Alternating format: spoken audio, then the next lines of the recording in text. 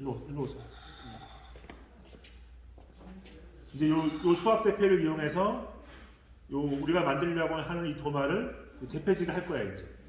이거 손으로 해도 되는데. 가능하죠. 대패질을 할 줄 아시죠? 아야. 근데 손으로 하면 오래 걸리죠. 그렇죠. 오래 걸립니다. 이거는 이제 3상 5마력. 이거 380볼트예요. 일반 220이 아니고 380볼트의 5마력이니까 5마력이 뭔지 아시죠? 5HP.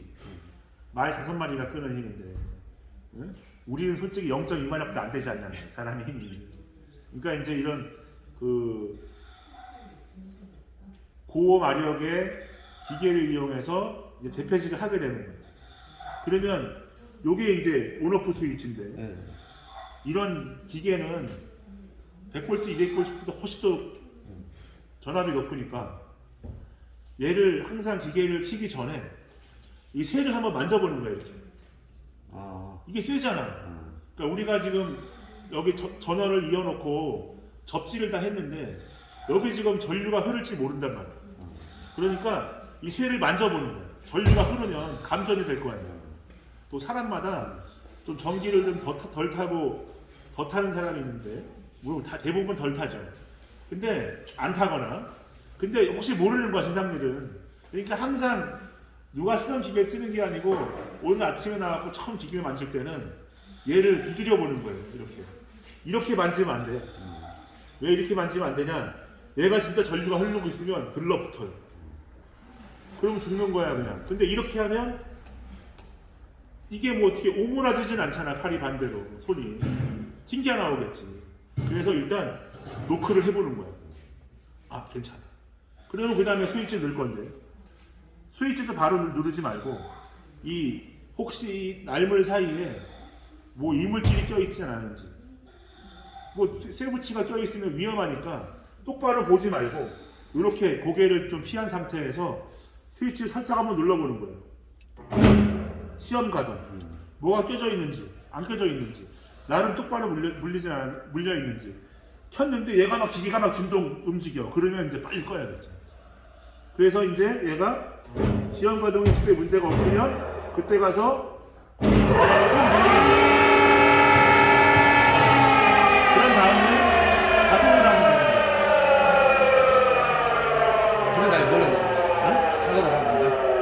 그러니까 항상 기계를 킬 때는 나무가 닿지 않은 상태에서 작업 부재가 닿지 않은 상태에서 이건 장갑 벗고 해야 돼요. 이 작업 부재가 닿지 않은 상태에서 스위치를 켜고 스위치를 켰을 때 자기 RPM이 찾아지면 처음엔 천천히 돌다가 갑자기 빨라질 거 아니에요. 그 속도가 이렇게 유지가 되는 거 아니에요. 그러니까 그 속도가 유지가 될 때부터 가공이 가능하다는 거지. 근데 만약에 누가 이게 전류가 흘러갖고 여기 붙었어 몸이. 그럼 어떻게 해야 돼? 그 사람 떼내려가서 붙잡아야 돼? 그렇지. 제일 빨리 할 수 있는 건 뭐야? 발길을 차는 거야. 옆구리를 그냥 확 밀는 거야. 이렇게 떨어지고. 오, 안타깝다고 가서 같이 붙잡으면 어떻게 되겠어? 같이 죽는 거죠? 근데 같이 죽는 거야. 근데 그 생각이 나까요? 아니 그러니까 이런 걸 한 번쯤 듣고 머릿속에 집어넣고 있거나 반사적으로 그렇게 해야 된다는 걸 머릿속에 생각하고 해야 돼요. 좋은 내용이네. 아니 누가 한전대가 또 이러고 있는데 안타깝다고 와서 끌어가면 같이 죽는 거야. 그러니까 그냥 발로 그냥 옆구리 확 밀어버리는 거예요. 그게 그 사람 살리는 기술이에요. 자, 그럼 이제 집진기를 켜고 이제 얘를 갖다 이제 깎아볼 건데 이 수압대패는요 현장에서 오래 쓴 사람들 치고 손가락 멀쩡한 사람이 별로 없어요. 얘 별명이 뭐냐? 손톱깎이야. 가다가 스치면 요 손톱만큼 날아가요. 장갑 끼면 한마디, 장갑 벗으면 반마디. 그만큼 이게 위험한 기계거든요. 안전 카바가 있냐 없냐 이런 건 중요하지 않아요. 다친 놈들은 안전 카바가 10개가 있어도 다친다고. 안 다치는 사람들은 안전 카바가 없어도 손가락 멀쩡하고. 그러니까 얼만큼 이 기계의 특성을 잘 알고 이걸 쓰느냐가 되게 중요한 거예요. 이걸 현장에다 설치한다고요? 공사 현장에? 현장에는 조그만 거 갖고 다니잖아요. 요거 반에 반만. 미니가 있다. 네. 근데 이 어느 공방에 갔더니 어떤 친구가 저한테 물어보는 거예요. 선생님, 수압 대패는 혹시 물로 하는 건가요? 수압이니까. 수압이니까. 야, 이거 진짜 질문이 순수하다. 이게 물의 압력으로 이게 대패질을 하는 건 줄 아는 거지. 아니 본 적 없는 사람은 그럴 수도 있어요. 근데 이게 손의 압력이에요. 손 숫자의 압력. 손으로 눌러서 깎는 거란 말이에요.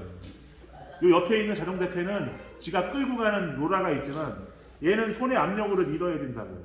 물론 여기다가 송재기를 달 수도 있는데 얘는 그냥 원론적으로 손의 압력으로 미는 거란 말이에요. 그럼 이것을 지금 이건 저기다 올려놓고 내 손으로 밀어야 되는 네. 거예요? 그러면 이 수압 대패의 영어 이름은 뭐냐?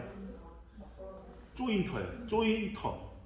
근데 서양 애들은 T가 무근이니까 조이너라고 발음을 하는 거지. 그러니까 나무의 한 면을 깎아주는 거지만 궁극적으로 깎은 면 두 면끼리 이렇게 붙였을 때 얘가 잘 맞아야 얘는 제 역할을 하는 거예요.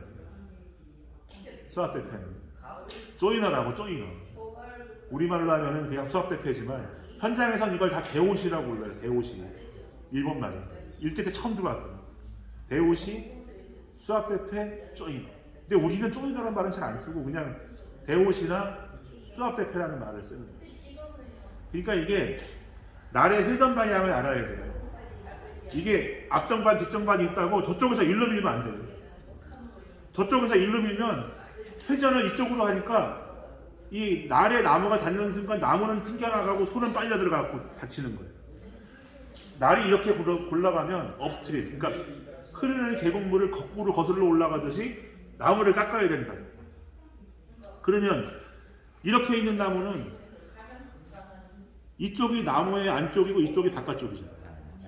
그러면 나무가 이렇게 휘어 있으니까 이렇게 바깥쪽부터 먼저 깎는 게 정상적인 대패질인 거예요. 이렇게 나무를 깎으면 얘가 이렇게 이렇게 배 움직이면서 타니까 대패질이 똑바로 되지를 않아요. 한쪽만 깎인다든지. 그 다음에 나무가 이쪽이 아래고 이쪽이 위야.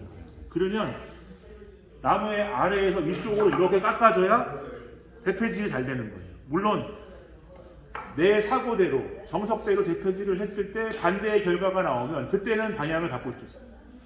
근데 기본적으로 나무의 바깥쪽이 먼저, 나무의 아래쪽이 먼저 날에 닿게 해서 들어가는 거죠. 그럼 그 상태로 지금 미시는 거예요? 이렇게는 안 밀지. 예를 들면 이렇게 손에 직접 닿지 않게 누르는 뭐 스틱도 있고 여러 가지가 있는데 그치, 뭐가 있어? 물론 저는 이제 그런 거를 사용을 잘 안 하고 그냥 이렇게 손으로 밀 거예요. 나는 그렇게 밀 건데 예를 들어서 뭐 이런 근데 무슨 도구가 있어야지. 아니 그러니까 이렇게 그렇지. 밀어주는 눌러주는 것과 밀어주는 걸 이용해도 된다 이거지. 이렇게 잡고 이렇게 밀면 되거든요. 그렇게 한번 해보지 뭐. 자 이거 놓고 자 수압대 저기 집진기를 켤게요. 얘도 마찬가지야. 노크하고 스위치를 넣을 때 한 번에 넣지 말고 바람을 좀 집어넣은 다음 이렇게 붕 이렇게 올라가잖아요. 바람 들어가서 그죠? 어?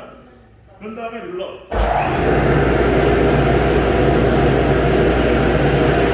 그리고 저게